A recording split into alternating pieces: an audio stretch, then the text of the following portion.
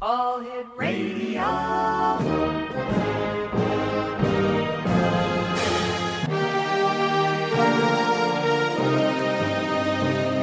Welcome to the X Zone, a place where fact is fiction and fiction is reality. Now, here's your host, Rob McConnell.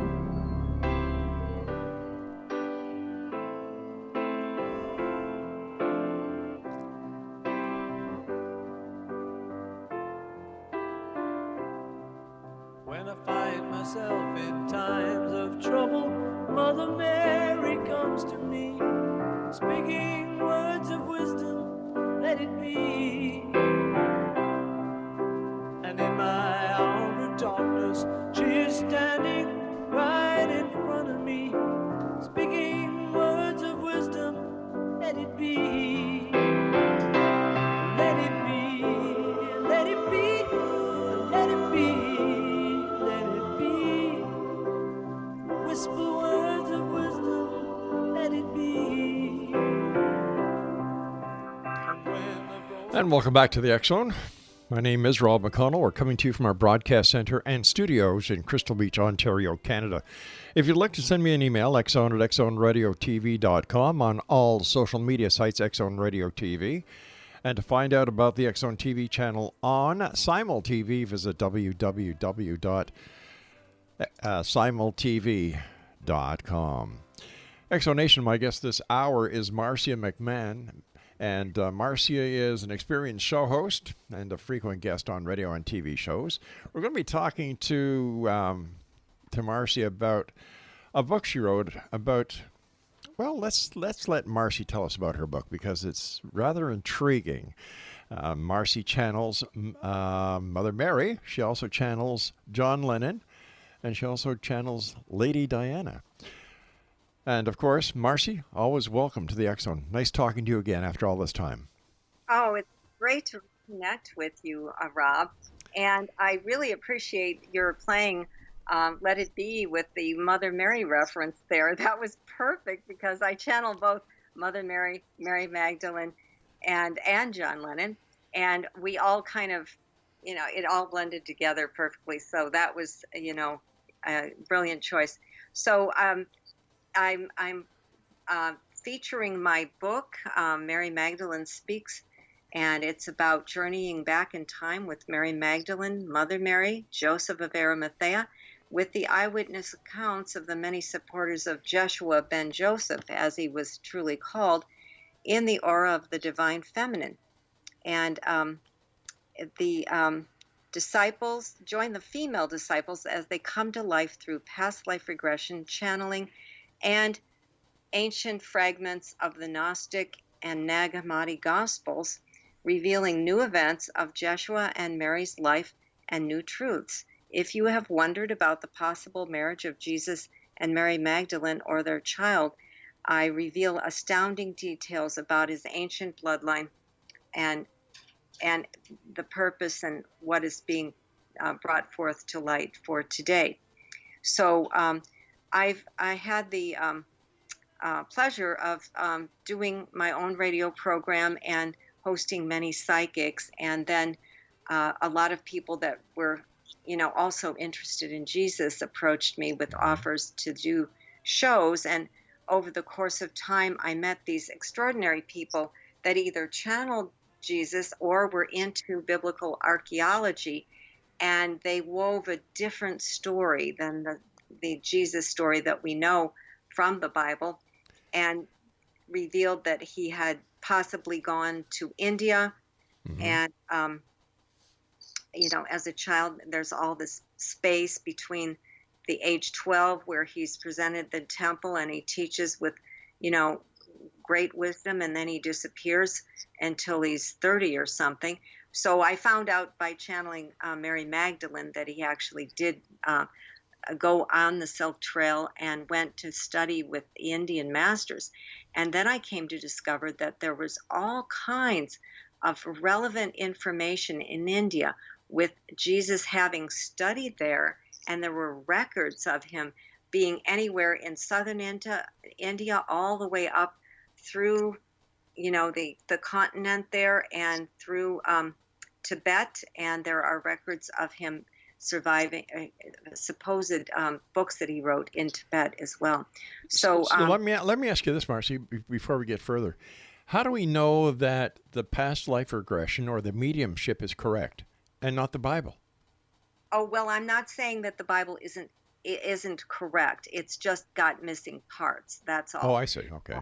I'm not discrediting religion or any belief system per se, but I would say that it was deliberately edited in 350 AD when Constantine the Great, the first Roman ruler, adopted Christianity, and then they threw out all of Mary Magdalene's Gospels and the other disciples that followed her because women weren't allowed to have a voice. But getting back to the past life regression, I know that I have used past life regression, and I was told by many psychics when I appeared on other programs and when they appeared on my program that I had walked with the master in a past life, and I had spirit circles at my house as a medium, and other people identified me, and I thought, well, maybe I get a past life regression and find out, because for a while I was just in denial, and I really didn't want to come public with this part of the book, but it's woven into the book because apparently after going through a past life regression, I saw Jesus standing to my left, and I remembered the Mount of the Beatitudes. And that was very closely identified also with the feeding of the 5,000. And then I later traveled to Israel and on a spiritual journey for healing, because I had been through stage 4 cancer. And this is since the last time I've talked to you, Rob. And I was only on a healing journey, and I wanted to experience this because I had been through the past life, and many of the things that were described in the Bible were re-experienced by myself in the past life. But when I set foot in the Garden Tomb, which is located outside the Damascus Gate in ancient Jerusalem, outside the gates of Jerusalem, the walls, it was right along the Via Dolorosa, which was the crucifixion route. Right. It led to the Garden of Gethsemane, and then I walked in and I recognized where Jesus had lain. And that was like the whole place was full of orbs. It was full of this joyful energy, and it was well tended, and it was a non-denominational Protestant tomb. But the more telling evidence points to that was the tomb, because I recognized it, and I described to my brother, who I was traveling with at the time, how the body would have lain. He asked me, and I explained it. And then the Protestant guide came in 2 minutes later and explained it the same way. So I had a lot of confirmations, But that's a good question. How do you trust past life regression? Yeah. And what I do, because I'm both a scholar and I have taught art history all my life, and I am also a gifted medium. So I corroborated I cross-referenced everything. I checked it out with factual reference and from psychic intuition too. And actually, you don't have to be psychic to undergo past life regression. And the doctrine of reincarnation was a very well-held belief. And, in the Middle East at the time when Jesus was teaching, everyone believed in it. It was only in the modern day that it was eliminated quite deliberately through the teachings of the church, so that they could baptize more people and get more rich people on their deathbeds to be forgiven of their sins, and then they could build a bigger and bigger church. So that was the idea, really. But there are those who can say the same thing about the psychic community, that what they're doing is they're trying to take believers away from the church so that they can fill their coffers too. Oh no, I haven't made any money. No, on I'm this not. at I'm not talking about you, but there are psychics out there who have a deliberate goal of ripping people off. Oh well, truthfully, I haven't met that many of them. I featured a lot of psychics on my work, and most of them were like me, very due diligent, very gifted, and not frauds. And I had wondered about that myself, but being one, I could attest to the authenticity and the integrity of most psychics. There are only a few that I've met, and maybe in the 1%, which would fit that, deleterious category. I believe that most are working with their gifts. It's just when they start to go with their money and they get real worldwide recognition and fame that they sometimes become prey to the money and then doing the cruises and so on and giving false readings. So there are those out there, but I have not personally experienced them or invited them on my show. And I can tune into a person to tell if they're really and truly gifted psychically or not. And I've seen a few on TV.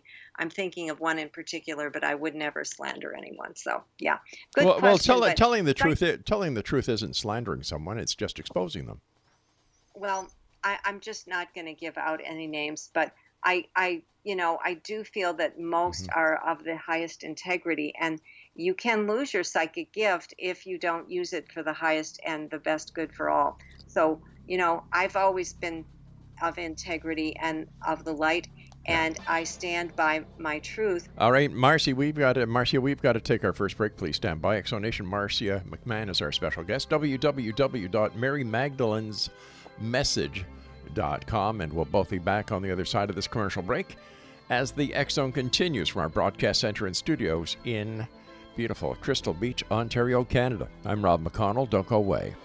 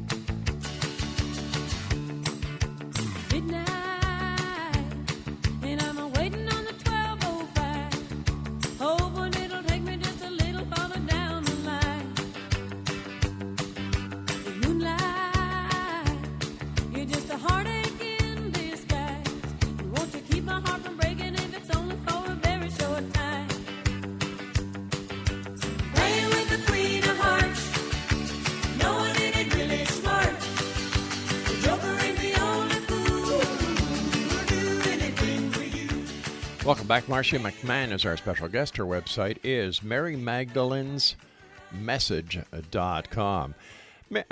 Marcia, when did you first realize that you were actually channeling Mary Magdalene? Well, it's an interesting story. I was beginning to host the Peaceful Planet on my former radio program on BBS Network Radio in America out of Paradise, California. They're no longer there, needless to say. And I wasn't in California. I live in Illinois, in corn and bean country. But they were a kind of new age station.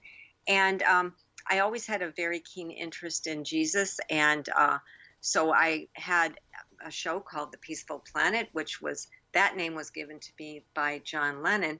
And then I decided I would work on the first Jesus series.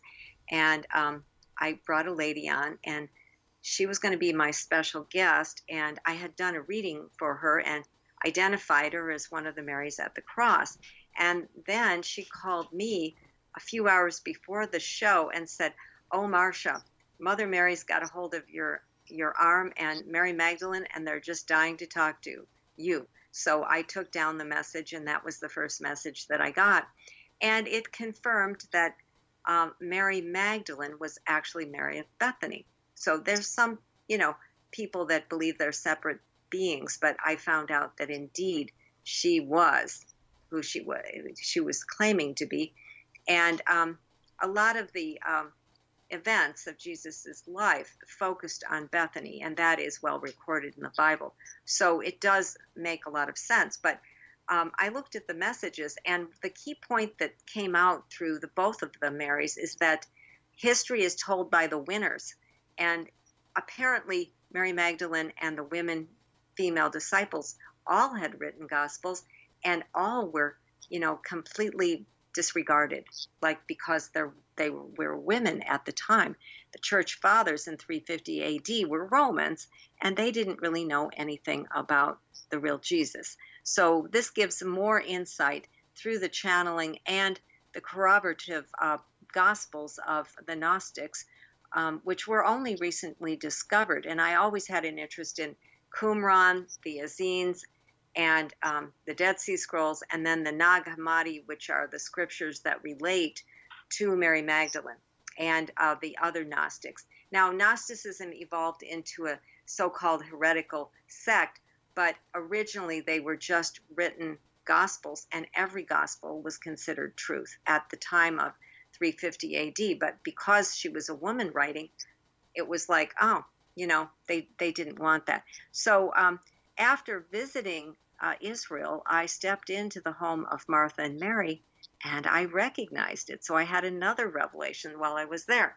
So I know that I had been a female disciple in that life, and it was corroborated through, a lot of other extant biblical texts. I would consider them biblical, but they're not officially in the canon. And then, of course, my past life regression experiences corresponded to these archaeological sites in Israel. So, her channeling has proved out, because if you study the Gospel of Mary, which is posted online, you can read fragments of her gospel, and she describes the resurrection and how she was the main teacher of all the disciples at that time until Peter stepped in and debated her. So she gave me all this information and channeling, but I also studied quite a bit of the old texts and so on, and the extant text and the apocryphal text, etc. So I didn't copy anything. I originated with my channeling, and then I verified it. That's usually how I work. I get the information first from spirit, and then I go and I check it out, and it checks out. Scholarly wise, it's believed that Mary Magdalene was Mary of Bethany, and I did find out that they were married and had a child. So the Da Vinci Code was quite correct. So how do you, no disrespect here meant, Marcia, but how do you know you're really channeling Mary Magdalene? How do you really know you're channeling John Lennon? How do you know that you're really channeling Princess Diana? Oh, well, I've worked with Diana for 20 years, Mm-hmm. and I've had other mediums that I co-wrote with and came to me anonymously through the internet, connected with me, and said, hello, Diana sent you a message, and they sent the message to me, and it was like a description of what I was doing that day and Diana's words. So I worked a lot with this famous medium from Canada. I don't know if you've met him, but his name is Bob Murray, and he's from the Ontario region. He's in spirit now, and his son James is also a very gifted medium. But Bob and I connected through email one day, and he would send me John's messages, and then John and I would correspond back and forth, just John and I. And then I sent Bob Murray some of my John material, and he sent me a cryptic message, and he said, well, John has something that he wants to share with you. And so I thought, well, it's probably got to do with music, because he got me onto this music program. And he and George both wrote music through Bob Murray. He channeled it in through Band in a Box, and then I picked up the lyrics. Somehow I would just listen to the music, and so that's another long story. But all of these messages have been independently corroborated by other famous mediums around the world. So I'm quite positive. Right, they've been corroborated by mediums around the world. But what about historians, people that knew John? Has there been an outside verification of this information besides the medium community? Other facts and other expressions that I've watched corroborated that these messages were genuine. I know I channel him, and it's just been so many mediums that I've met up with on my show that also channel John, that know that I do this. So mostly mediums. I don't approach people in the public eye like his former family or anything like that, because I know that some of them are somewhat opposed to channelers. So I had to be careful around him. And same thing goes with Princess Diana, though I know that there was a connection to a guy in England who was connected to Andrew Morton, and Andrew Morton corroborated some of this work that was going on. So, there are, inadvertent connections and corroborations from various people, but I don't go out there with a bullhorn saying, "Oh, I'm channeling John Lennon. No, I'm channeling Princess Diana." It's more about the message, really. And if you've read the books, they're full of messages of peace and on the part of Princess Diana and John Lennon. That's still their calling card, is they're both peacemakers, and they were both wonderful light workers. And then, of course, Mary Magdalene, what I've gotten from her is corroborated historically through the Gnostic Gospels. But it's not word for word, Right. of course, but Mary wrote those Gospels. They were translated umpteen times, I don't know how many times, by the Desert Fathers in Egypt, called the Coptic Gospels, and her Gospels are on record as being Mary of Bethany. So I have looked into the factual matters of these things too, and I've had strange coincidences too with all of my guides. They're all my guides now. Since I've done so much work for them, they're helping me. They've helped me through my cancer journey. I'm completely healed and recovered. So I have no doubt in my mind. Now, I don't blame you for asking the question. I appreciate critical thinking because I was in academia for all these years of 35 years of art and art history teaching. So I understand where you're coming from. Then I hope you won't mind my next question, which is, why you? Why would John Lennon? Why would Mary Magdalene? Why would Princess Diana choose you to communicate through? Well, simply because we belong to a soul group. And I met John Lennon by channeling Diana, and I was framing a picture of Diana one day, and John Lennon came in, and I had written my first book, and he said, "Well, I know that you're going to get a publisher, so just don't give it up. I'm over here in spirit, and we don't get to make music anymore because there are no producers." So then he just gave me a brief message, and then I got connected to him, and later came to find out through all these past life regressions and readings that I've done with people that we belong to a soul group known as the Essenes. Have you heard of the Essenes? I have, but you and I have to take our next break for the news, so please stand by. Exonation Marcia McCann is our special McMahon. McMahon, yeah, like Ed McMahon, there you go, is our special guest, and her website is marymagdalensmessage.com, and we'll both be back on the other side of this break as the X-Zone continues with yours truly, Rob McConnell, from our broadcast center and studios in Crystal Beach, Ontario, Canada. Are you a skeptic or are you a believer? Send me your messages. Love to hear from you. We'll be back on the other side. Don't go away.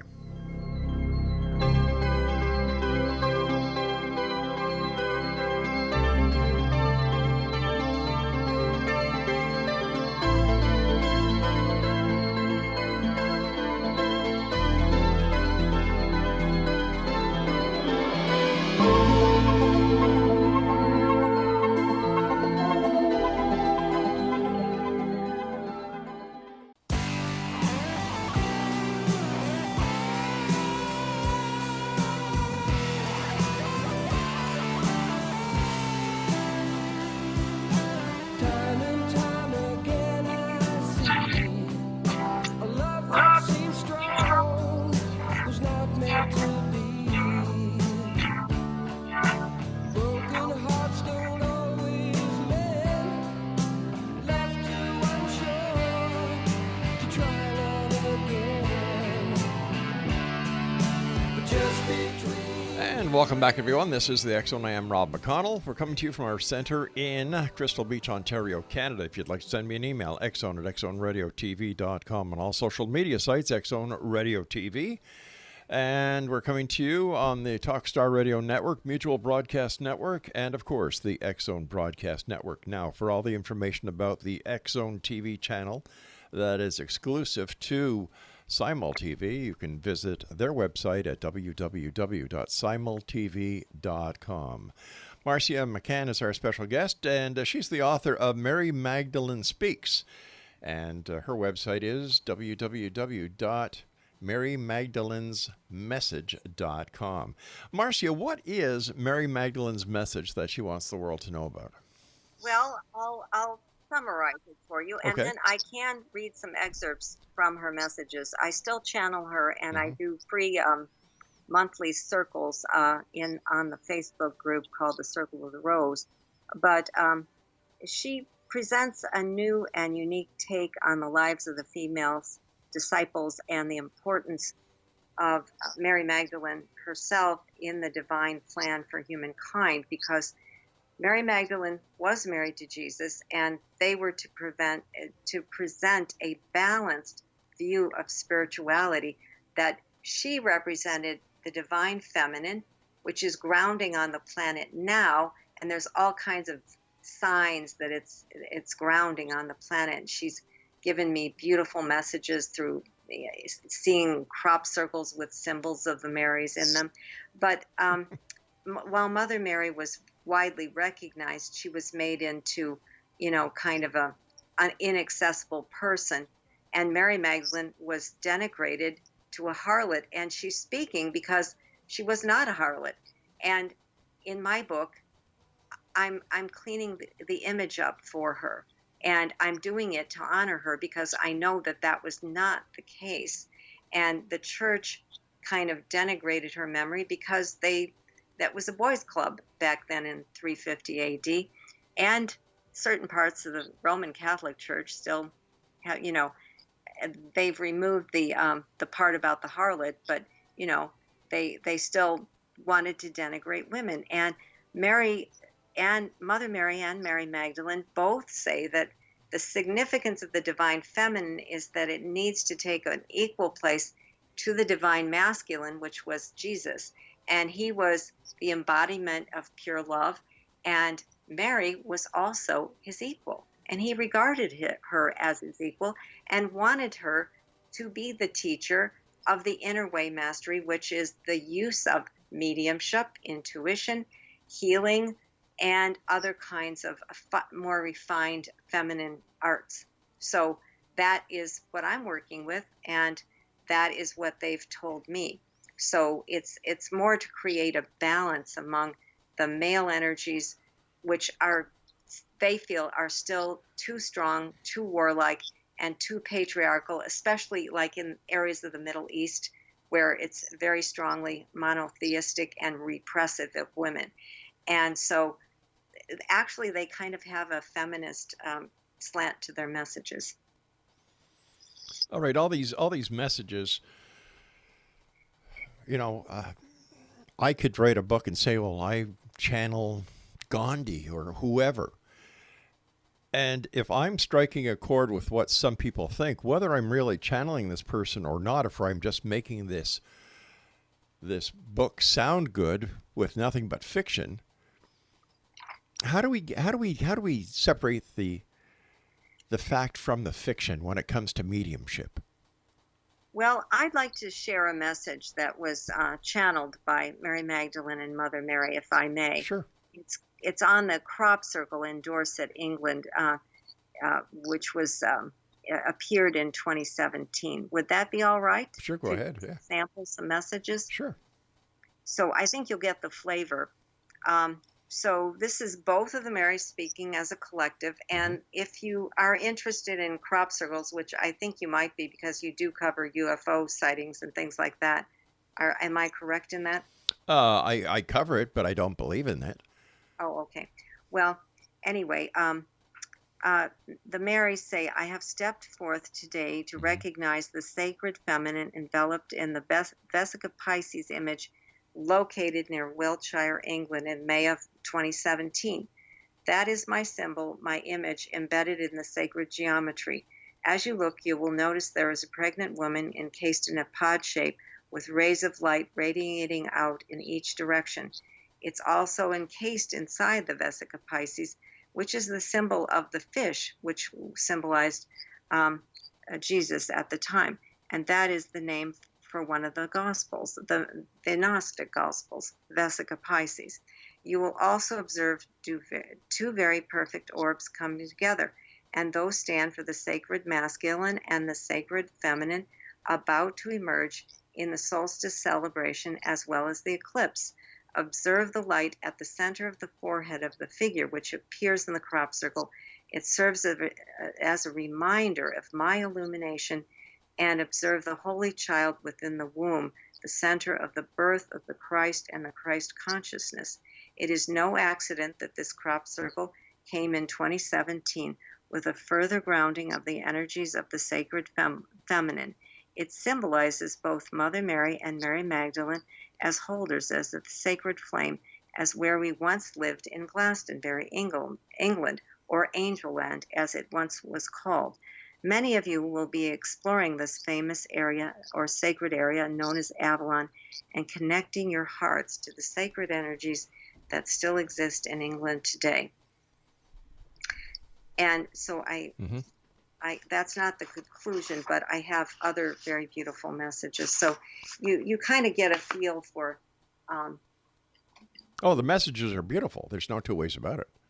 Thank you. Yeah. And that's where I, as a medium, as a working intuitive, it's the feeling of love that is conveyed, the feeling of importance, the message within a message, the symbolism, etc., that will tell you whether it's true.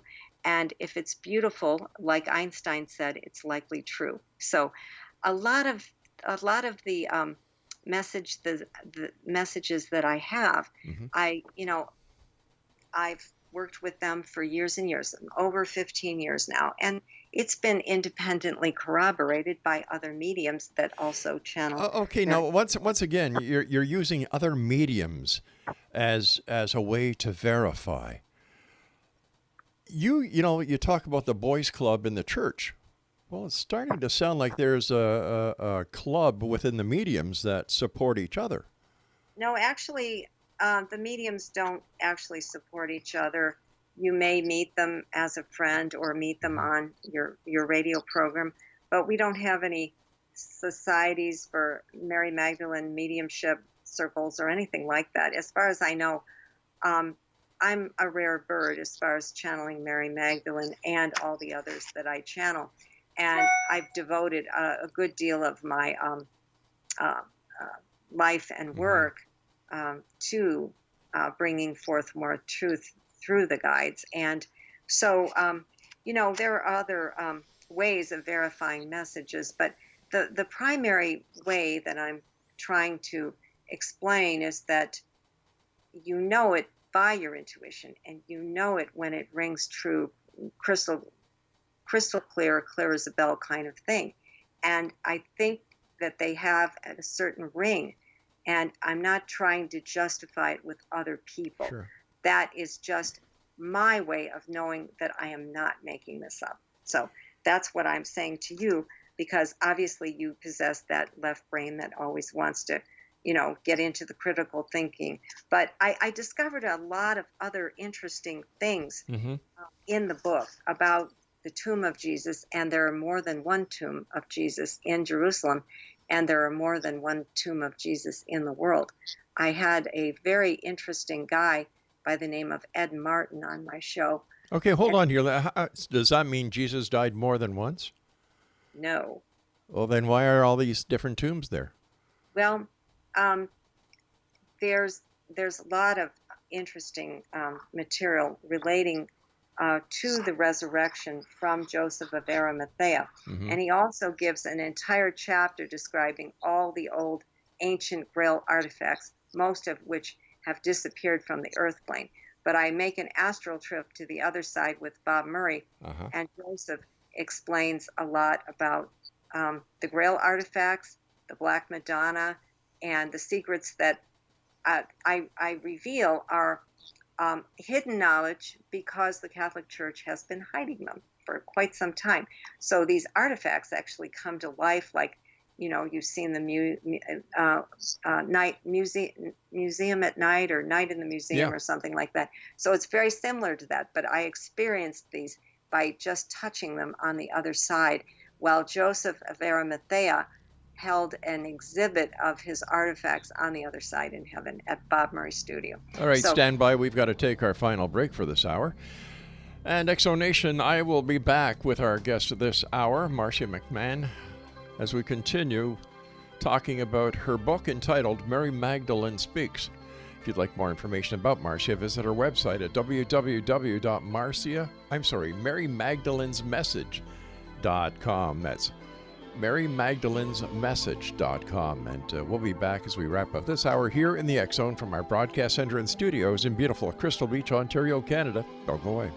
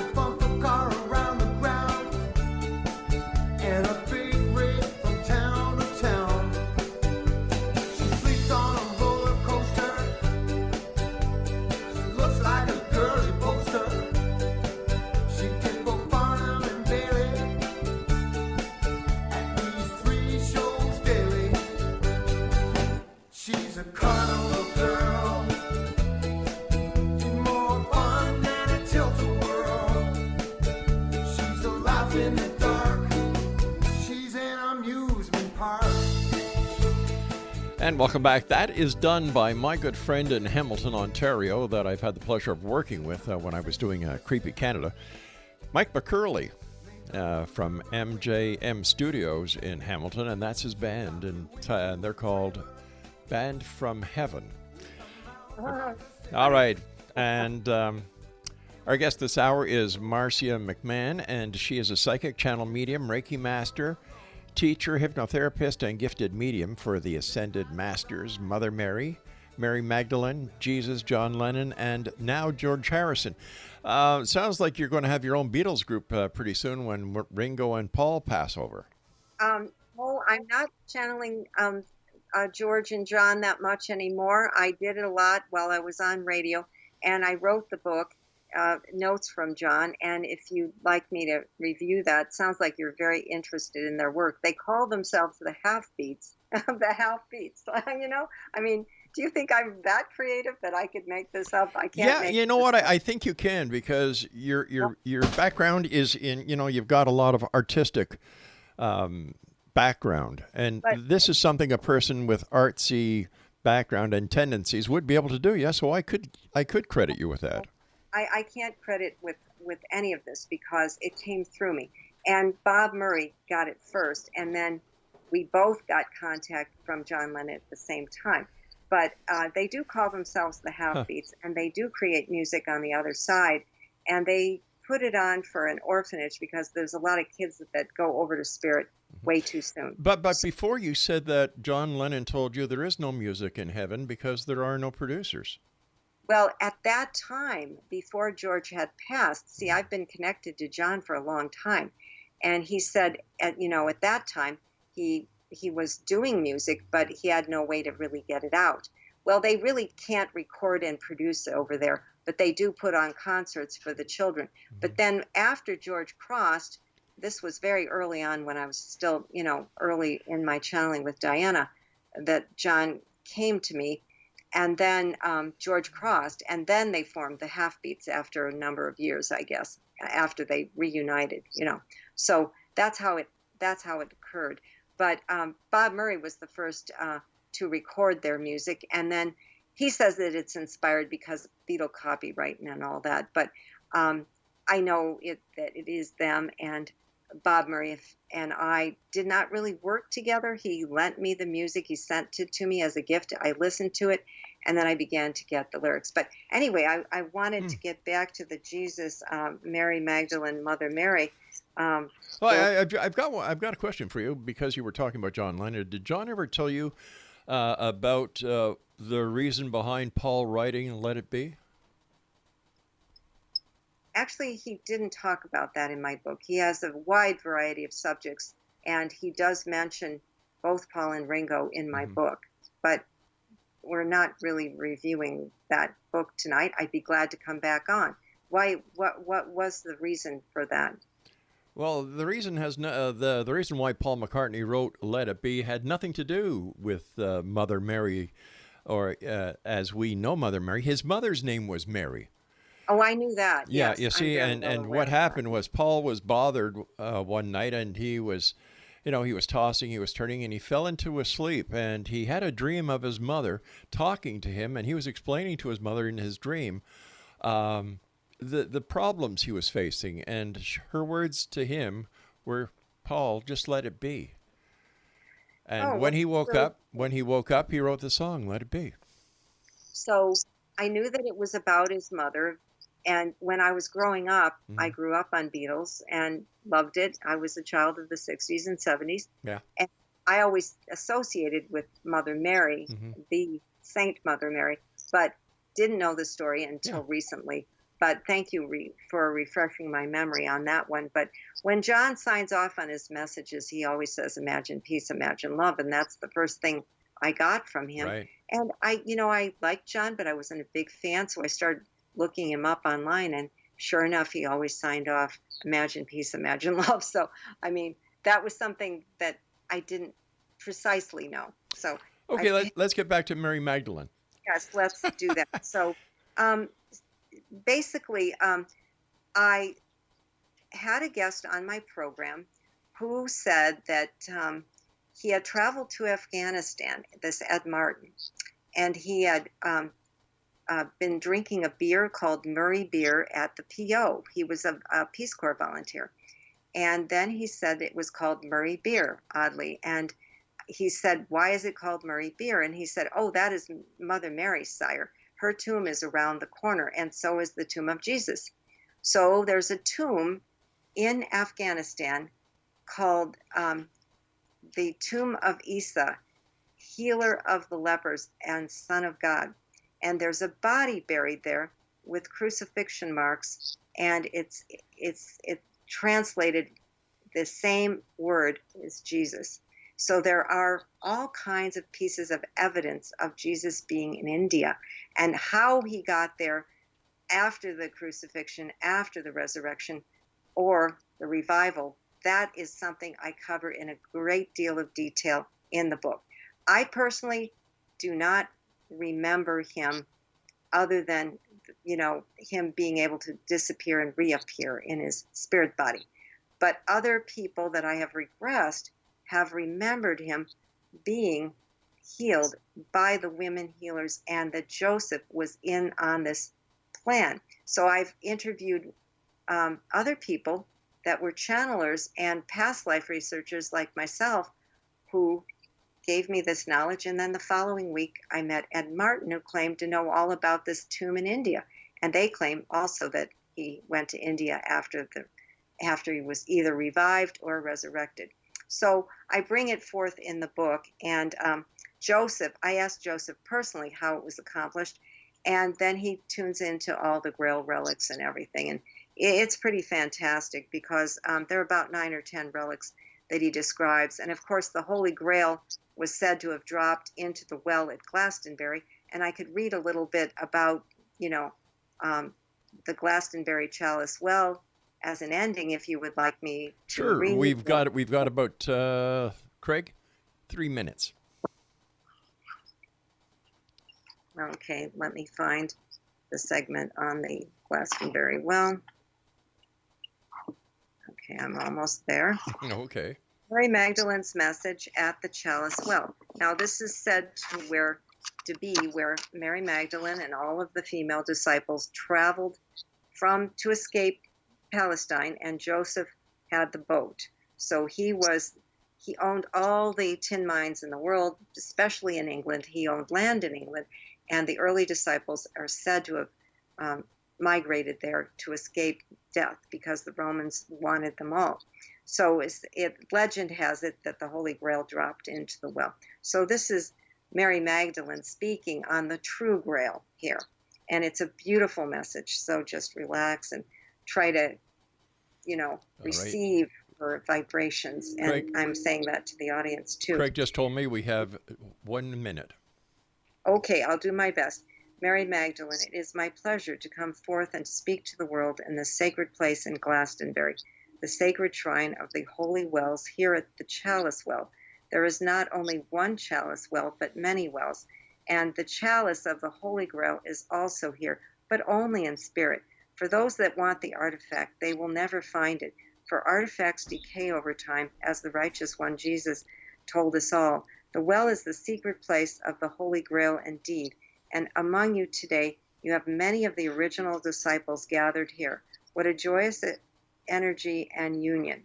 Gathered around this well in memory of me, we have Joshua, and it is indeed a great day in the sun. For the sunshine is now pouring forth a magical glistening light, a rainbow, and out of the mists of Avalon on the other side of the Tor, a holy chamber is being birthed. My dear friends everywhere, this birthing chamber of the Grail Child is the birth of the divine feminine. All the secrets that the Church has held and withheld for centuries will be known in this book and another book that will be explaining the real meaning of the Holy Grail. For the real meaning of the Holy Grail is that the Grail is not a person, nor the blood of Joshua, nor even my child, whom I named Sarah, and carried her through Egypt and then to France and finally to England, to this sacred spot.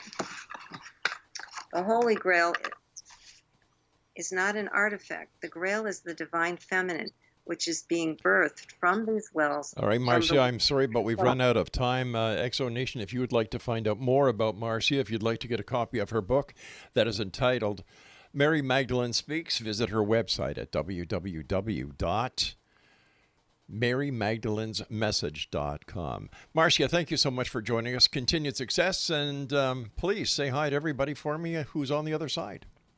Oh, I definitely will, and I'm available to talk more about John Lennon in another upcoming show if you would like. All right, we'll be back on the other side of this commercial break as we continue here in the X Zone from our broadcast center and studios in Crystal Beach, Ontario. Wow. Just imagine that, having conversations with Mother Mary, Mary Magdalene, John Lennon, George Harrison. My goodness. I wonder if they play euchre. I'll be back. Don't go away.